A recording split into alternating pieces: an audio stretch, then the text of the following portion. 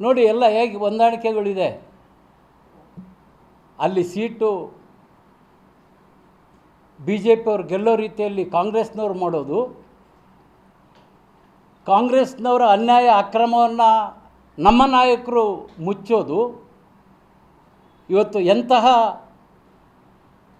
ಪರಿಸ್ಥಿತಿಯಲ್ಲಿ ಮಾನ್ಯ ಈಗಿನ ಜಿಲ್ಲಾ ಸಚಿವರಿದ್ದರು ನಿಮಗೆಲ್ಲ ಗೊತ್ತಿದೆ.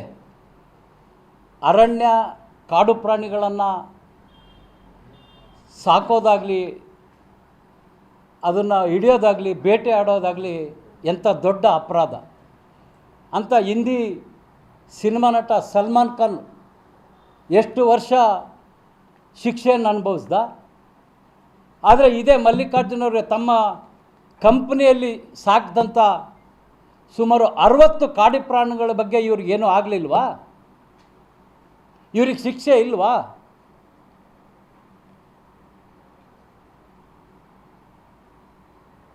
ಇವತ್ತೇನು ನಾನು ಮೊದಲನೇ ದಿನದಿಂದ ಹೇಳ್ತಾ ಇದ್ದೀನಿ, ಹೊಂದಾಣಿಕೆ ರಾಜಕೀಯ ನಾನು ಹೇಳಿರೋದಕ್ಕೆ ಇವತ್ತು ಆ ಲೀಡರ್ಗಳೇ ಒಬ್ಬರಿಗೊಬ್ಬರಿಗೆ ಕಚ್ಚಾಡೋದ್ರ ಮೂಲಕ ನಾವು ಇಲ್ಲಿ ತನಕ ಹೊಂದಾಣಿಕೆ ರಾಜಕೀಯ ಮಾಡಿದ್ದೀವಿ ಅಂತಕ್ಕಂಥದ್ದನ್ನ ಇವತ್ತು ಜನತೆಗೆ ತೋರಿಸ್ತಾ ಇದ್ದಾರೆ. ಒಟ್ಟಾರೆ